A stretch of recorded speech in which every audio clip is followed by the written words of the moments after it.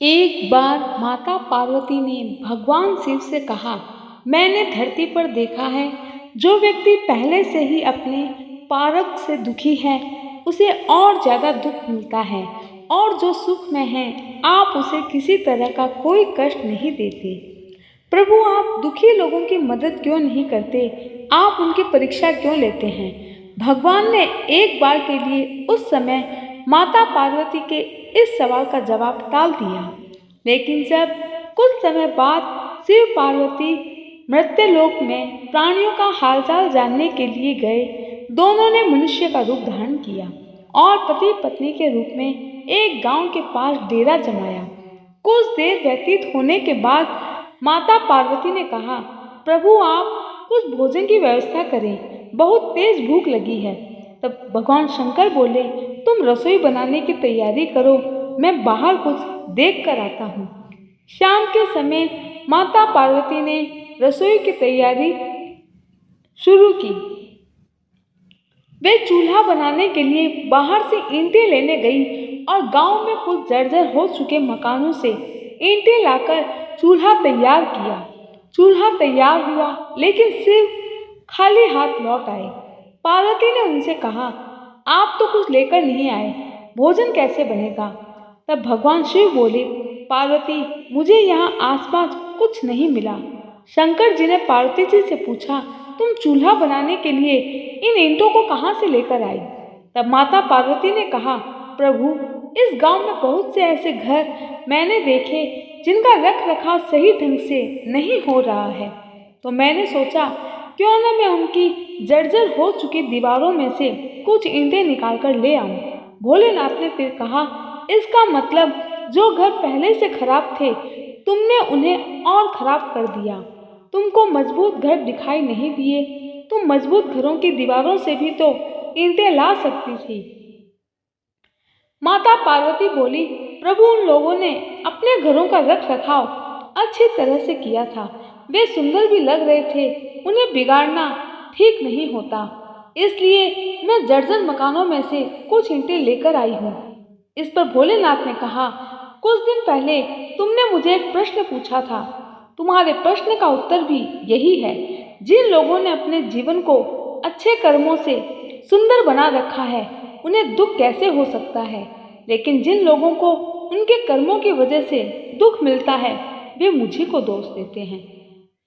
एक समय भोलेनाथ पार्वती के साथ हरिद्वार में घूम रहे थे। माता पार्वती ने देखा शस्त्र मनुष्य गंगा में नहा नहा कर हर हर गंगे कहते चले जा रहे हैं, लेकिन फिर भी इस पर लोग सभी दुखी ही नजर आ रहे हैं, सभी दुखी और पाप परायण हैं। पार्वती जी ने बड़े आश्चर्य से भोलेनाथ से पूछा, हे देव, गंगा में इतनी बार स्नान करने पर भी ये लोग दुखी नजर क्यों आते हैं? इनके पाप और दुखों का नाश क्यों नहीं हुआ? क्या गंगा में सामर्थ्य नहीं रहा इन लोगों के पाप को धोने का? शिवजी ने कहा, प्रिय, गंगा में तो वही सामर्थ्य है, लेकिन इन लोगों ने पाप नाशिनी गंगा में स्नान ही नहीं किया, तो उन्हें लाभ कैसे प्राप्त हो? पार्वती ने आश्चर्य से कहा, स्नान कैसे नहीं किया? सभी तो नहा नहा कर आ गए हैं। मैंने इन लोगों को अपनी आंखों से देखा है। मैं यहीं पर ही तो थी, अभी तक तो इनके शरीर पर लगा पानी भी नहीं सूखा। शिवजी ने कहा, ये केवल जल में डुबकी लगाकर आ रहे हैं, इसके पीछे की वास्तविक सच्चाई मैं तुम्हें कल समझाऊंगा। दूसरे दिन बड़े जोर की बरसात होने लगी, गलियां कीचड़ से भर गई। एक चौड़े रास्ते में एक गहरा गड्ढा था, चारों ओर कीचड़ भरा था। शिवजी ने लीला से ही वृद्ध बाबा का रूप धारण कर लिया। इससे पहले कि माता पार्वती कोई सवाल पूछती, भोलेनाथ ने माता पार्वती को समझाया। बोले, इस कीचड़ में मैं हूँ, तुम आने जाने वाले सभी व्यक्तियों से कहना कि कोई व्यक्ति मेरी सहायता करके मेरे पति को उठाने का प्रयत्न करे, और फिर तुम देखना कौन कितना इस काम में आगे आता है।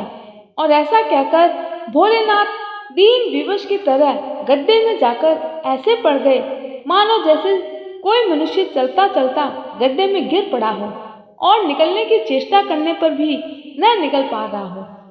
माता पार्वती ने बिल्कुल वैसा ही किया जैसा भोलेनाथ ने कहा था। शिव जी ने यह भी समझा दिया कि जब कोई गड्ढे में से मुझे निकालने को तैयार हो तब इतना और कह देना, भाई मेरे पति सर्वथा निष्पाप है, इन्हें वही छुए जो स्वयं निष्पाप हो। यदि आप निष्पाप हैं तो इनको हाथ लगाइए, नहीं तो हाथ लगाते ही आप भस्म हो जाएंगे। पार्वती जी गड्ढे के किनारे बैठ गई और आने जाने वालों को सुना सुनाकर शिव जी की बताई हुई बातें कहने लगी।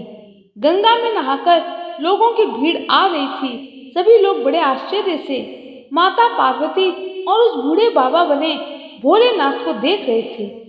सुंदर युवती को यूं बैठी देखकर कईयों के मन में पाप आया।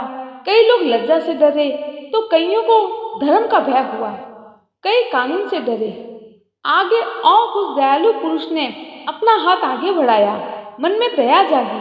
उन्होंने करुणावश हो युवती के पति को निकालना चाहा, लेकिन पार्वती के वचन सुनकर वे भी रुक गए।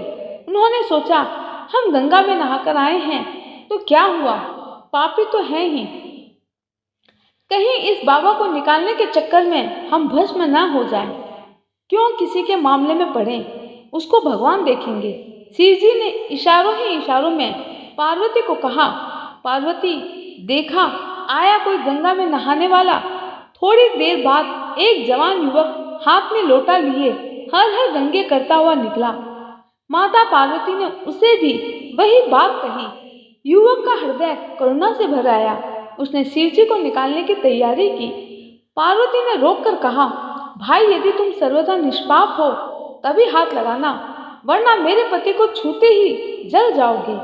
उसने उसी समय बिना किसी संकोच के दृढ़ निश्चय के साथ माता पार्वती से कहा, माता मेरे निष्पाप होने में तुझे संदेह क्यों होता है? देखती नहीं मैं अभी गंगा नहाकर आया हूँ। भला गंगा में गोता लगाने के बाद क्या कभी पाप रहते हैं? मेरा तो ऐसा विश्वास है, और वैसे भी अभी मुझे तुम्हारे पति के प्राण बचाने से ज्यादा कुछ और नहीं लगता जरूरी। तू चिंता मत कर, तेरे पति को निकालता हूँ। ऐसा कहते हुए युवक ने बूढ़े बाबा को ऊपर उठा लिया। शिव पार्वती प्रसन्न हुए। शिव पार्वती दोनों ने अपना असली रूप स्वरूप प्रकट करके उस युवक को दर्शन देकर कृतार्थ किया। भोलेनाथ ने पार्वती से कहा, इतने लोगों में सही मायने में इस एक ने ही गंगा स्नान किया है। इस दृष्टांत के अनुसार जो लोग बिना श्रद्धा और विश्वास के केवल दंभ के लिए गंगा स्नान करते हैं उन्हें वास्तविक फल नहीं मिलता। जब ऐसे लोगों में आस्था विश्वास ही नहीं रहेगी तो उनके पाप कहाँ से धुलेंगे। जय श्री कृष्ण।